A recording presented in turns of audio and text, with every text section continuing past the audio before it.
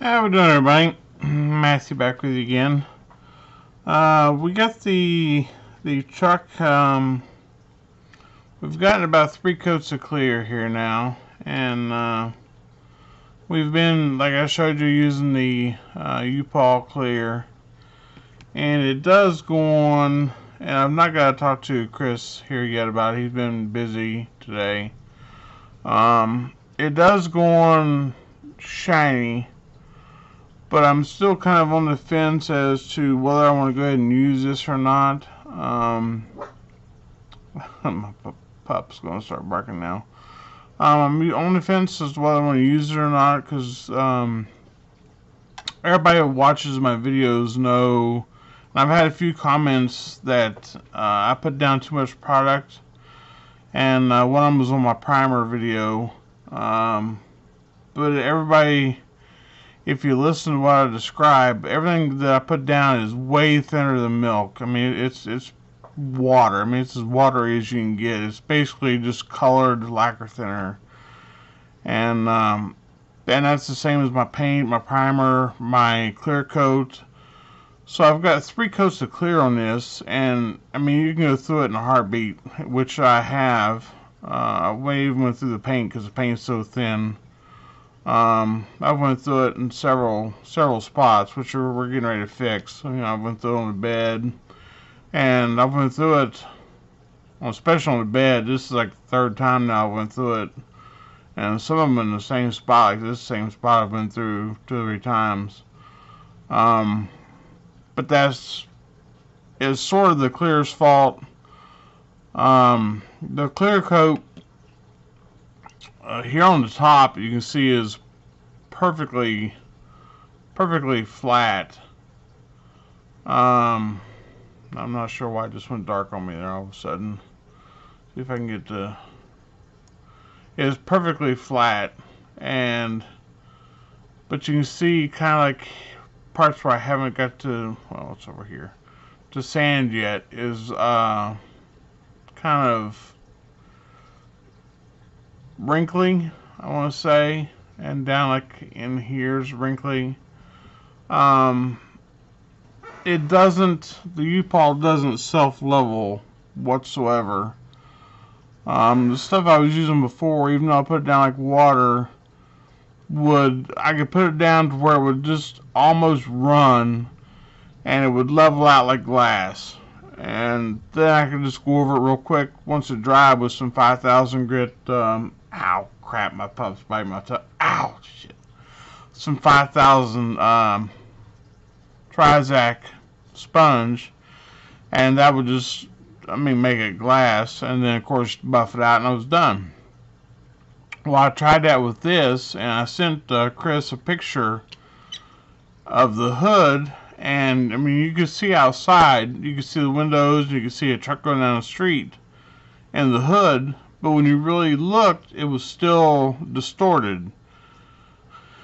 And I didn't want that, and so I had to go back to a 2000 grit sandpaper, and that's what I use here to actually get it flat. When you start sanding it, you can see all the high spots, low spots, and by the time you actually got down to where it was smooth, then you go back to either the paint or the primer.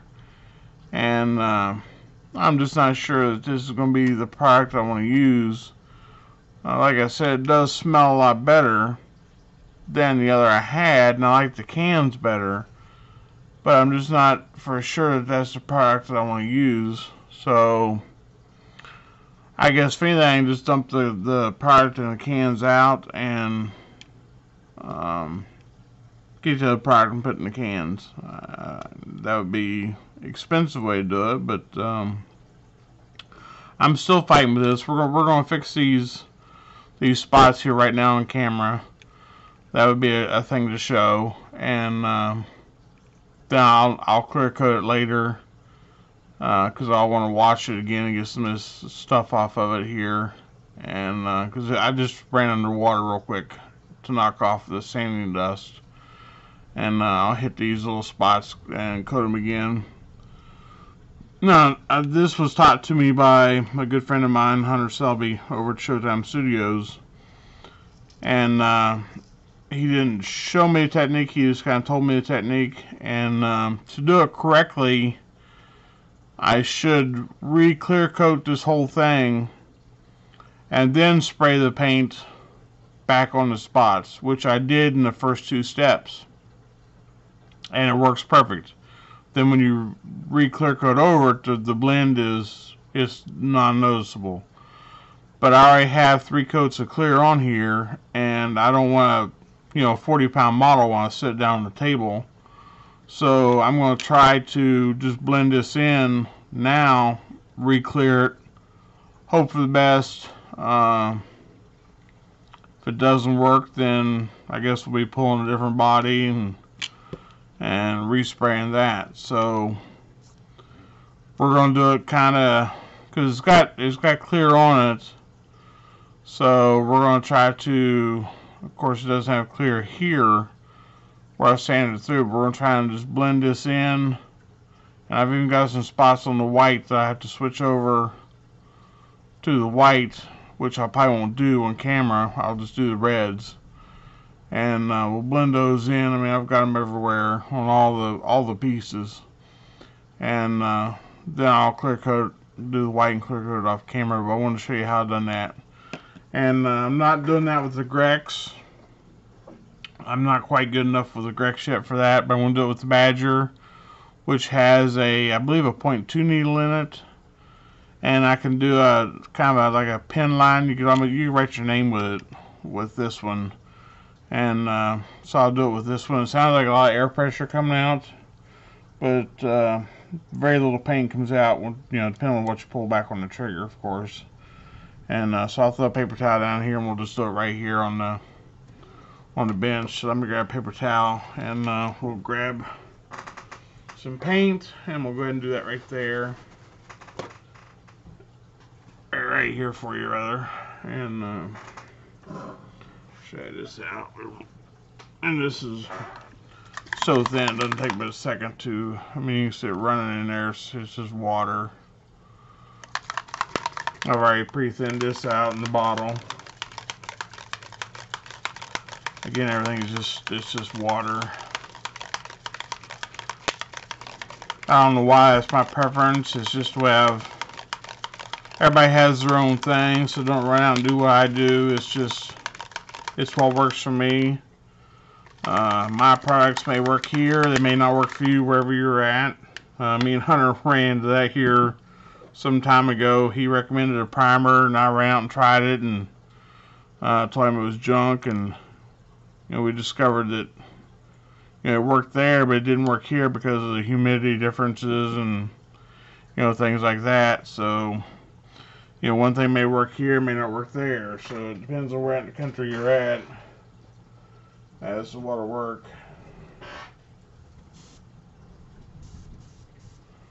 Alright, so we're at 20 pounds.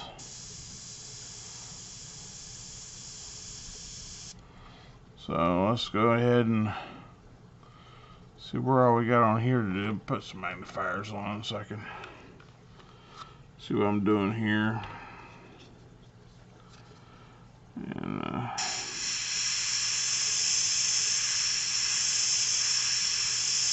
touch this up real fast.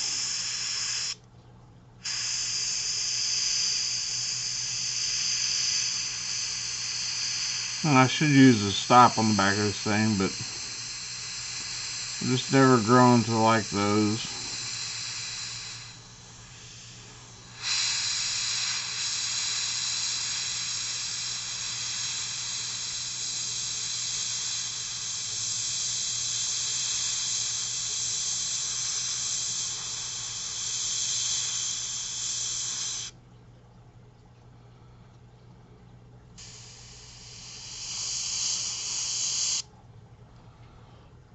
There's that one. I'm going to have to touch that just a little bit right there. A little spot right here.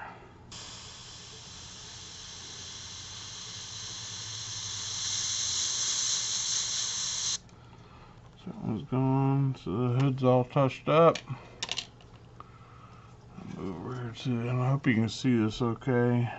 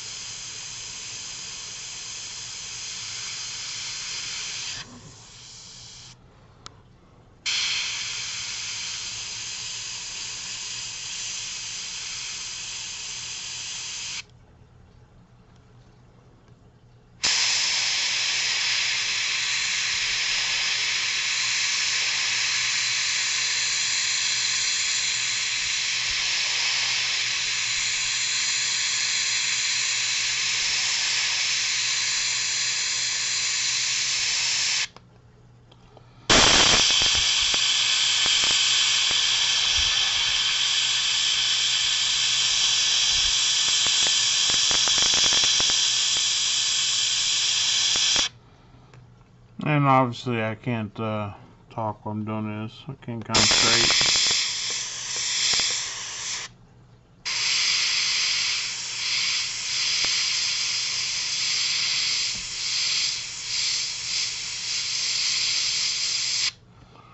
Alright, so there's the bed, which now looks like crap. So we'll do the... It would look so much better if I'd have done it with over the clear coat.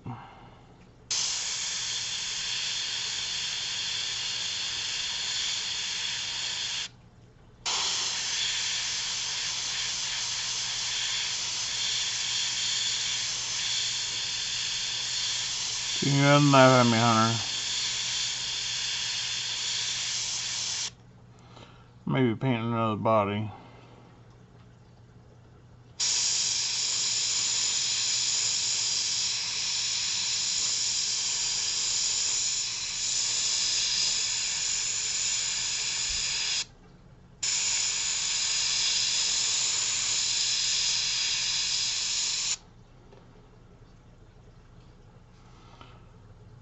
But I'm used to being laughed at, so that's alright.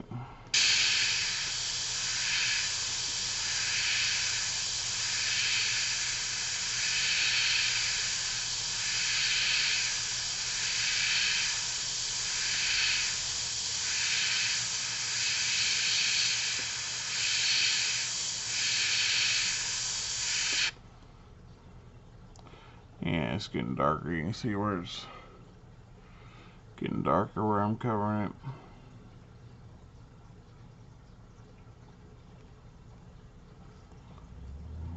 But it wouldn't have done that if I'd had clear coat over it. Would have blended in. So that's all the red, and I may go back over and just sand that just a little bit and knock that bright red down a little bit. I might try that. So there we go, guys. There's my screw up, and but you can still see all the high and low spots. See if I can get to. Yeah, so you can still see all the high and low spots yet that I just couldn't even get sanded out. Getting around this stuff. There's high and low spots that just won't. There they are. They just won't come out. The cab come out. Top of the cab come out perfect. There's just spots that won't come out.